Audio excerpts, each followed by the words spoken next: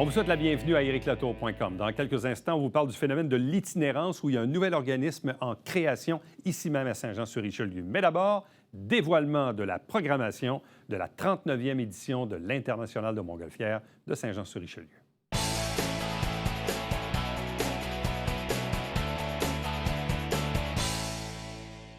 On le sait déjà depuis quelques semaines, voire quelques mois, qu'on aura cette année un vrai de vrai festival de Montgolfière, 13 au 21 août en présentiel. Il y a des petits changements, mais on est encore dans une formule 9 jours avec des ballons et des spectacles. Et là, évidemment, la question de l'heure depuis quelques jours, c'est qui seront les artistes en spectacle? On en connaît déjà 2-3 qui ont été annoncés il y a quelques semaines. Loud, Jason Derulo, Alicia Moffett. Mais qui seront les autres? Avec nous pour en parler, le directeur de l'événement, Éric Boivin. Bonjour et bienvenue. Allô, Éric. Vraiment content de te voir. Bien, content pour nous et pour vous de pouvoir travailler à l'élaboration d'un événement. Parce que là, dans les 2 dernières années, on a fait autre chose. Hein? On a fait des spectacles en plein air. On s'est adapté. On a fait d'autres types d'animations. Bref, vous n'avez pas chômé, mais on n'a pas tenu un festival tel comme on le connaissait dans le passé. Exactement. On s'est occupé autrement. Dans le fond, on a essayé de faire la fête dans le ciel, plus que sur Terre, pour contourner les enjeux sanitaires. On a essayé d'animer la communauté malgré le contexte. Ça inclut même des tournées dans les résidences personnes âgées avec notre scène mobile. Bref, on s'est occupé en masse. Mais notre métier, c'est de livrer le grand projet du festival, puis on avait bien hâte. Ça fait quand même 3 ans qu'on a eu la dernière fois cette discussion-là, toi et moi, sur la programmation à venir. Bon, d'ailleurs, ce qui m'a frappé, moi, c'est l'automne dernier, j'ai croisé quelqu'un qui est près de votre organisation qui me dit là, Éric, je te le dis, cette année, là, c'est all-in. Pandémie ou pas, nous autres, on fonce puis on organise un vrai festival. C'était quand même au mois d'octobre. Oui. Donc, votre décision d'aller de l'avant dans la création de l'événement qu'on va présenter cette année, elle s'est pris quand même tout dans l'équation. Parce que ça prend du temps à préparer un événement. Exactement. En fait, ce qu'on voulait pas vivre, c'était attendre et être surpris par les événements. On avait déjà un gros plan de transformation qu'on avait planifié en 2020. Et ça, c'est plus de travail qu'une édition normale. Fait qu'il fallait choisir à ce moment-là, est-ce qu'on se lance en pré-production de notre festival normal? C'est sûr que s'il y avait eu un changement de conditions défavorable, il aurait fallu faire comme tout le monde et s'adapter. Mais on avait décidé d'aller de l'avant et de travailler le plus fort possible à livrer une édition normale. Puis là, quand on veut les artistes de l'heure, ceux qu'on veut avoir à notre événement, il y a un enjeu d'agenda parce que les artistes eux-mêmes n'ont pas beaucoup travaillé dans les 2 dernières années. Ceux qui avaient déjà des spectacles ont été reportés plusieurs fois. Donc, l'agenda des artistes se complique parce que là, tout le monde reprend un peu, les salles de spectacle ont recommencé, les festivals sont pas mal tous de retour cette année au Québec et ailleurs dans le monde. Donc là, tout le monde s'arrache les artistes, mais artistes qui ont déjà eu beaucoup de spectacles de reportés. Donc, l'agenda est pas simple. Je suis convaincu que dans le nombre d'artistes que vous avez approchés, il y a probablement beaucoup que ça n'a pas marché juste parce que l'agenda ne marchait pas. C'est une évidence, là. Effectivement. Cependant, on a commencé beaucoup plus tôt que d'habitude à travailler notre programmation. On a commencé fin novembre, début décembre. On était déjà dans la recherche puis dans les discussions. Ça nous a aidés. Ça a bien été pour nous. Là. Oui. Je peux pas dire que ça a été difficile. On avait des objectifs différents aussi, plus gros. On présente une très grosse programmation. Pour vous donner une idée, là, nos artistes sur scène, c'est 40 millions d'albums vendus cette année, là, quand je vais te donner les noms tout à l'heure. C'est une grosse programmation, mais ça a bien été. C'est quoi l'artiste ou le public cible qui est visé maintenant? Pendant longtemps, on a dit le festival d'été le plus familial au Québec. Évidemment, il y a des manèges, il y a des ballons, il y a des spectacles. Bref, qu'est-ce qui a guidé vos choix dans la programmation musicale du festival de cette année? En fait, 2 choses. La programmation musicale, on va toujours rester sur l'objectif d'en présenter pour tous. Donc, de couvrir un large spectre de public. On ne veut pas se nicher. Où on se niche, c'est dans la créativité. On s'assure d'avoir des soirées à thème fortes. Au moins 5 soirs dans le festival sont des spectacles qu'il n'y aura nulle part ailleurs. Ça a toujours été notre force à l'international. Ensuite, c'est de couvrir en proportion ce qui est le plus en demande, ce qui fonctionne bien avec la clientèle.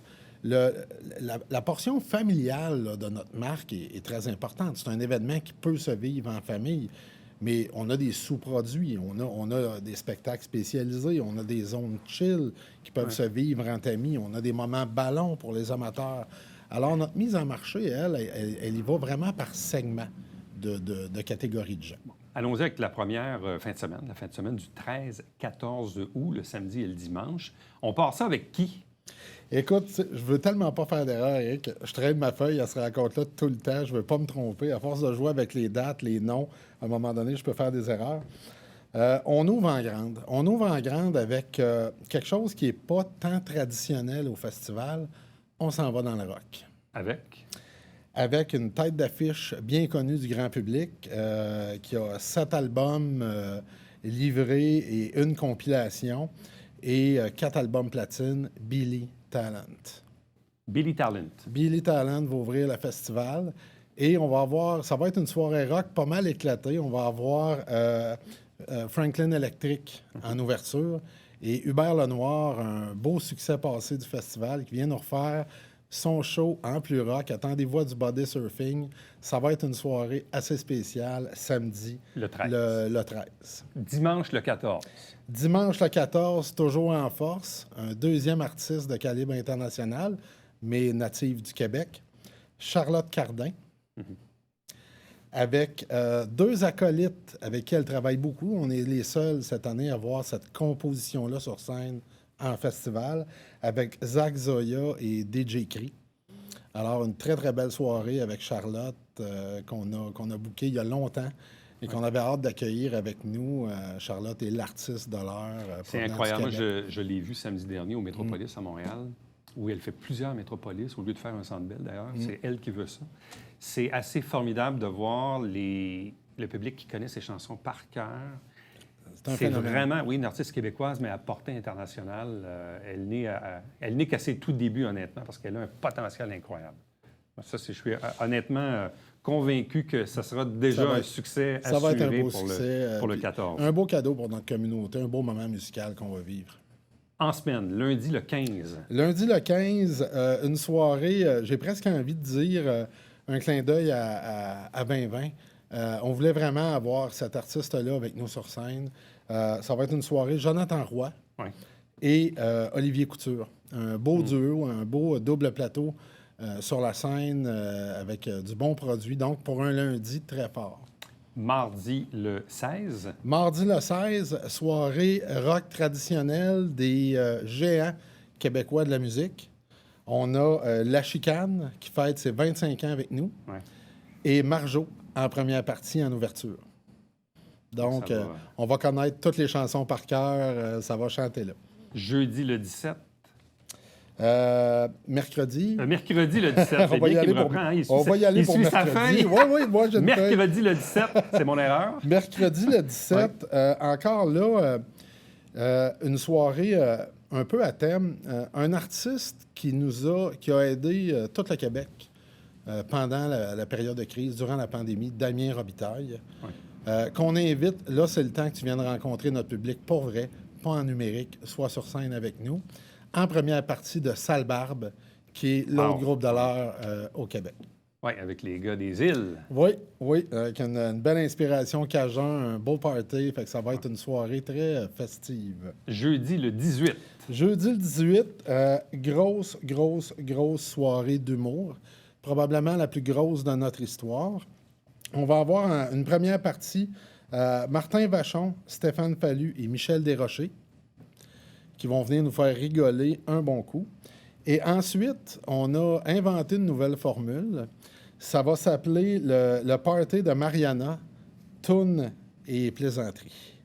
Fait que c'est Mariana Mazza qui va occuper la scène avec des invités triés sur le volet, dont Joe Cormier, Cathy Gauthier, Laurence Nerbonne, Roxane Bruno et Sarah May. Wow. Alors, musique et humour ensemble. Roxane Bruno, on connaît la connexion qu'elle a eue avec le public ici au festival en 2019. Ça a été, pour moi, là, en termes de connexion avec le public, un des plus beaux moments du festival en 2019. Je suis vraiment heureux de l'accueillir à nouveau. Et avec Martin Vachon et Stéphane Fallu, ça donne une petite touche locale. Et voilà. Alors, c'est une soirée chargée sur scène. Ça va être un beau moment. Vendredi, le 19.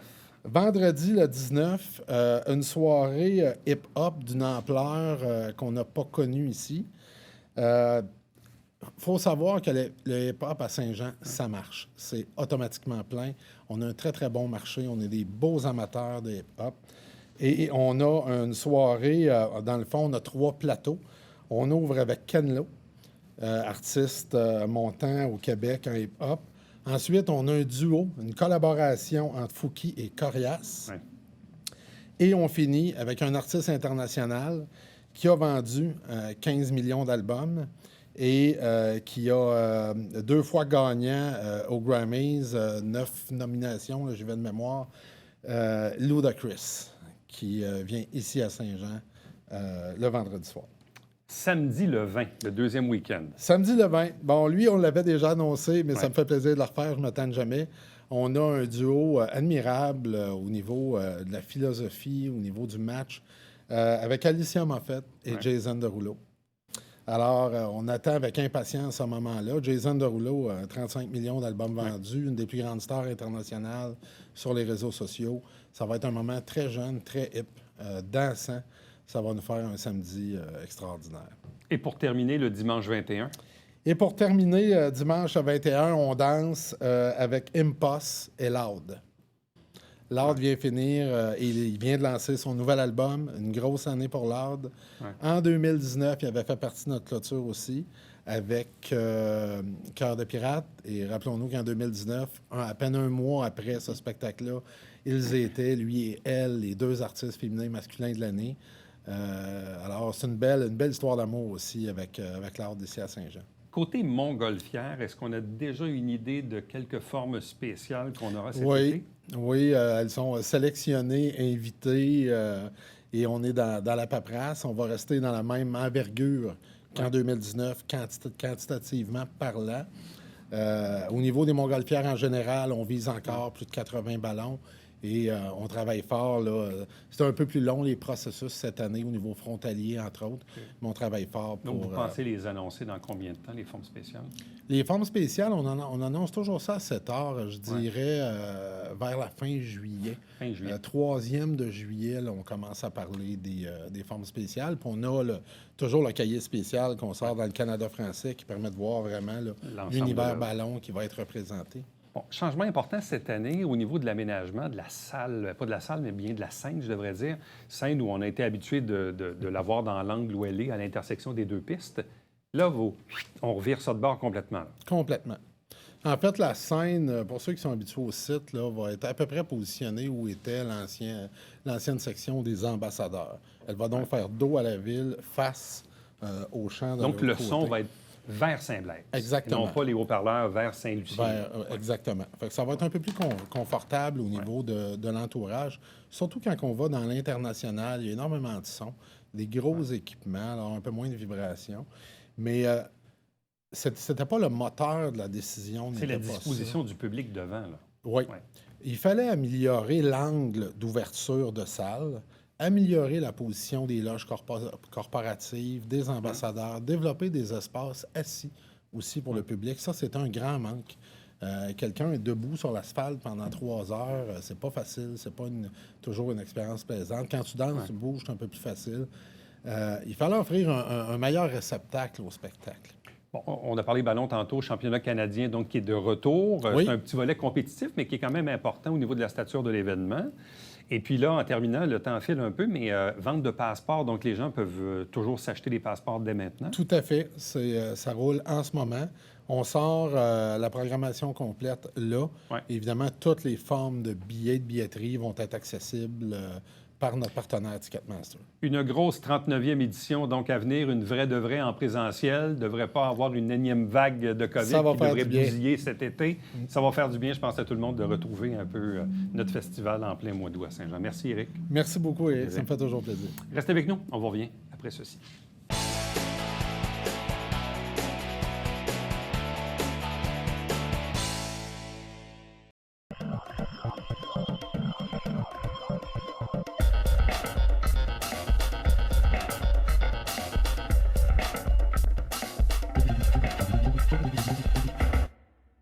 Mesdames et messieurs, bon matin et bienvenue à votre télé-bingo sur les ondes de télévision du Haut-Richelieu. Vous aimeriez jouer au bingo dans le confort de votre foyer?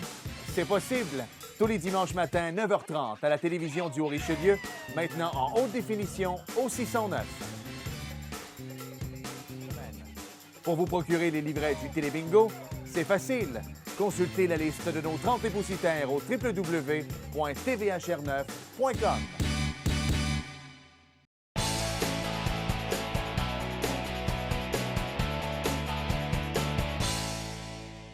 Voici donc l'apparition d'un nouvel organisme sur le territoire de Saint-Jean-sur-Richelieu qui correspond aussi à l'arrivée d'un nouveau besoin qui était déjà là depuis quelques années, mais qui est malheureusement peut-être, oui, plus visible, qui est celui de l'itinérance. Cet organisme-là est provisoire en ce moment. Il y aura une assemblée de fondation dans quelques jours, en fait le 6 juin, pour être plus précis.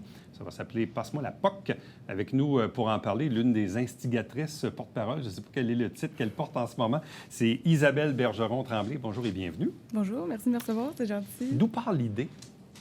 D'où part l'idée? En fait, c'est des besoins, comme vous l'avez nommé, là, qui sont présents sur le territoire depuis quand même longtemps.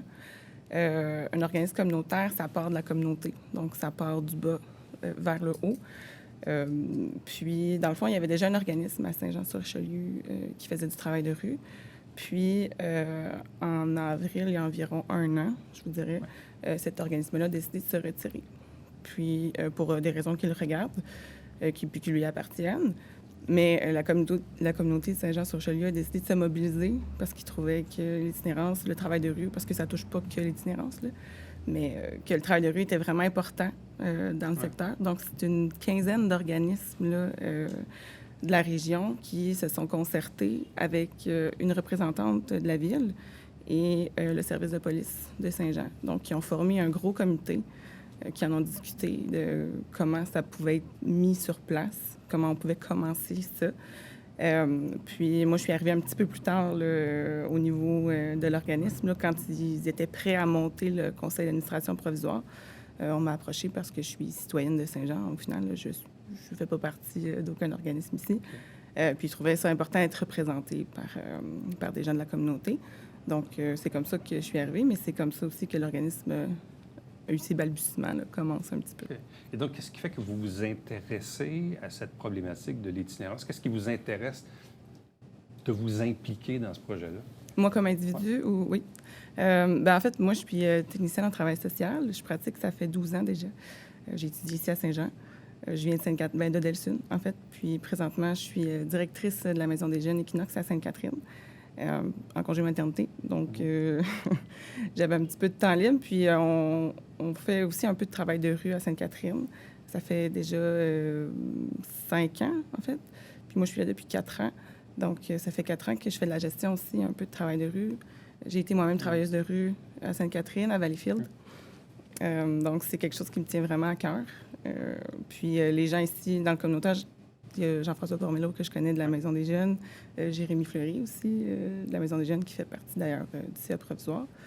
Puis c'est comme ça, là, c'est en parlant ensemble là, que je suis arrivée. On a vu dans la dernière année, puis on a entendu plus parler. Bon, d'une part, il y a eu des grands froids au mois de janvier, ce qui inquiétait beaucoup le nouveau directeur du service de police qui est venu nous en parler ici même. On a reçu les gens du centre de jour également qui nous ont expliqué un peu leur mode de fonctionnement. Et à mon grand étonnement, quand je demandais au chef de police à combien on évalue le nombre d'itinérants potentiels sur le territoire répertorié, à ce moment-là, en janvier, il parlait d'environ 38-40. Ce qui est beaucoup, là. Oui. On en voit parfois ici et là 1, 2, 3, mais de penser qu'il y a peut-être une quarantaine de personnes qui n'ont pas de domicile fixe à Saint-Jean, c'est quand même assez particulier. On se dit, ils sont où? Ils font quoi? Comment arrivent-ils à passer au travers des grands froids comme on a eu en janvier? Et comment on peut leur venir en aide? Parce qu'ultimement, c'est ça la question. Bon, je comprends que les policiers peuvent se faire appeler occasionnellement, là, mais ultimement, qu'est-ce qu'on fait pour les aider, ces gens-là? C'est une bonne question. Ou qu'est-ce qu'on pourra faire pour les aider? Oui. Mais c'est sûr que, quand vous dites ces gens-là sont où, comment ça se fait, on les voit pas. Souvent, ce qu'ils font beaucoup, c'est du couchsurfing, qu'on appelle. Ils vont se promener d'un endroit à l'autre. Ils vont dormir sur les divans des amis. C'est des gens qui ont l'entraide vraiment à cœur, qui se tiennent ensemble, puis qui ont vraiment un grand cœur. Donc, d'aider quelqu'un qui n'a pas sa place, même si eux-mêmes sont démunis, c'est quand même assez naturel. Donc, souvent, c'est comme ça. C'est pour ça qu'on les voit pas. On appelle ça l'itinérance cachée. Puis, au final, je me rappelle Oui, plus. donc l'itinérance Je suis cachée, désolée. c'est celle, évidemment, qu'on ne voit pas, mais Oui. c'est, comme on dit, des gens qui vont crécher d'une place à l'autre. Oui. Donc, des gens qui vont peut-être se faire aider par un entourage élargi. Donc, pas nécessairement des gens qui vont dormir à la rue. Non, pas nécessairement. Il y Mais en a. ils sont itinérants quand même. Absolument. Absolument. Puis il y en a, puis on explique ça aussi avec le manque de logements abordables, Ça, c'est clair. le manque de Ça, logements sociaux. Je veux dire, c'est une pénurie incroyable partout, même si certains ne veulent pas le reconnaître, là. C'est assez particulier, là, le prix des logements en ce c'est moment. comme il y a plusieurs années, il y a eu un gros incendie sur la rue Champlain, pas loin d'ici, une maison de chambre. Oui. Premier réflexe que j'ai entendu, des gens se disent « Ah, ben c'est bon, ça va débarrasser le secteur de ces gens-là. Oui. OK, mais s'ils sont pas là, ils vont être Ils vont où? aller où? Absolument. Puis si ça brûle, OK, bon, c'était peut-être pas l'immeuble idéal, mais des loyers à prix modique ou des chambres à prix modique, il n'y en a pas tant que ça. Hein? Non. Non, il n'y en a pas. Puis les maisons de chambre, c'est une belle alternative. C'est pas toujours agréable d'avoir ça dans son quartier. C'est pas toujours... Encore là, ça dépend de comment on concerte les choses. Parce qu'il y a possibilité de parler aux voisins puis de regarder qu'est-ce qui dérange pas, comment on pourrait s'allier ensemble pour créer un environnement favorable pour tout le monde. Puis les maisons de chambre, c'est vraiment... c'est une belle alternative. C'est sûr que des fois, si c'est de regrouper tout le monde dans un même endroit, ça peut être... Il y en a pour qui c'est pas intéressant non plus. Là. Ça dépend des besoins. L'apparition de l'itinérance sur la rive sud de Montréal, est-ce que c'est un peu aussi un effet rebond de l'étalement urbain? Parce qu'on le voit, moi, l'itinérance, évidemment, je l'ai connu longtemps à Montréal. J'ai travaillé à Montréal, puis très tôt le matin, je travaillais dans des stations de radio où, surtout l'hiver, on devait même enjamber des itinérants qui étaient là dans les portiques, puis se réchauffaient. Ils ne nous dérangeaient pas, puis c'était correct, puis on allait travailler. Je peux comprendre que pour d'autres personnes, pour avoir un élément de sécurité, de dire, oh, est-ce que la personne est armée? Est-ce qu'elle va m'attaquer? Est-ce qu'elle est en état, en faculté affaiblie? Bon, je comprends que ça crée de l'incertitude. Puis à Montréal, évidemment, on est un peu plus habitué à voir ça. Quand on est en région, moi, il y a peut-être 4-5 ans, j'ai vu quelqu'un se promener juste ici à la banque avec un gros panier avec plein de trucs dedans. Et là, tu sais, et j'ai beaucoup d'amis ou de familles dans le réseau de la santé qui me disent, ben oui, Éric, l'itinérance, elle existe. C'est juste qu'on ne la voit pas tant que ça. Là, on est plusieurs années plus tard et là, on en voit là maintenant. On en voit là. Puis il y a le centre de jour, forcément, aussi. Est-ce qu'on doit apprendre à vivre avec ça? Quand on est confronté à ces personnes-là, qu'est-ce qu'on leur dit? Qu'est-ce qu'on peut faire ou qu'est-ce qu'on ne doit pas faire? Parce que les gens disent, ben on veut les aider, mais est-ce qu'on peut s'en approcher? Il y a comme une incertitude par rapport à ça. Oui. Ben, en fait, c'est de leur demander, c'est de leur poser la question. Simplement. Il y en a qui n'ont pas envie de se faire aider, qui sont bien comme ça. Il y en a qui vont vous le dire que c'est les services actuels qui ne répondent pas aux besoins. Parce que malheureusement, les services publics, ça ne répond pas à tout le monde. C'est un peu comme l'école, au final. C'est pas tout le monde qui est assis sur un banc d'école, ça fonctionne.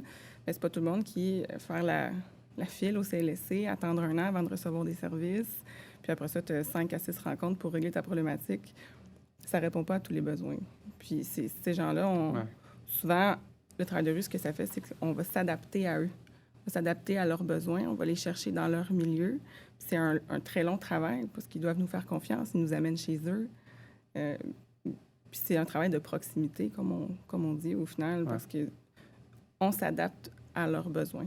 Puis des fois, on va leur demander « Qu'est-ce que tu veux? » Mais pour l'instant, je veux rien. Je veux juste un endroit où dormir, puis je suis pas prêt à aller non plus de l'avant. Okay. Le travail de rue, c'est ça. On va au rythme de la personne dans un temps qui n'est pas défini. En prévision de votre assemblée de fondation qui va se tenir le 6 juin prochain, donc dans quelques jours, vous avez déjà un conseil d'administration provisoire.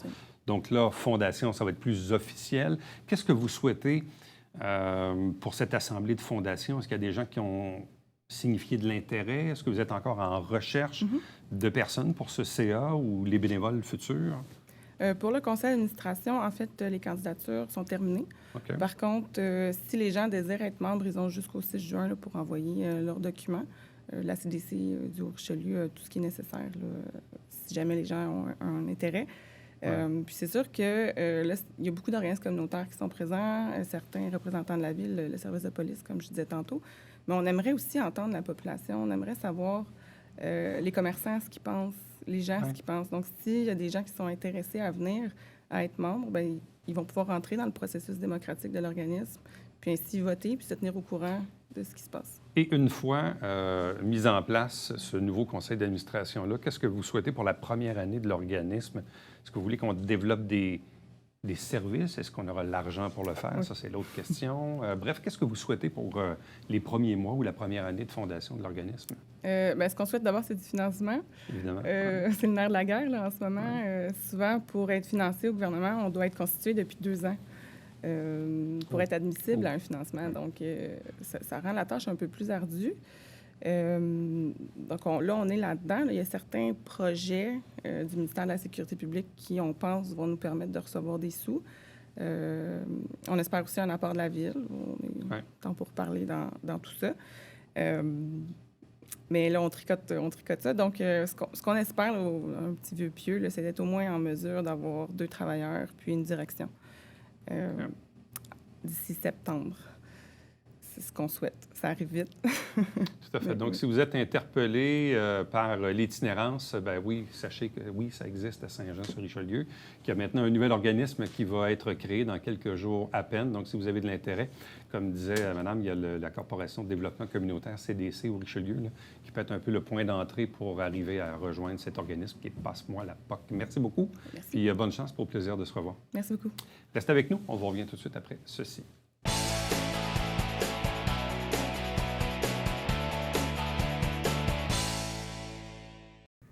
Salut, c'est Alexandre Baudouin. Et François Trépanier. Frank, on invite les gens à écouter Sport Express à toutes les semaines. Tout à fait, le jeudi 19h et plusieurs fois en reprise, même la nuit, Alex. Puis même sur Internet, sur Oh, YouTube. bien, bien sûr. Manquez pas ça.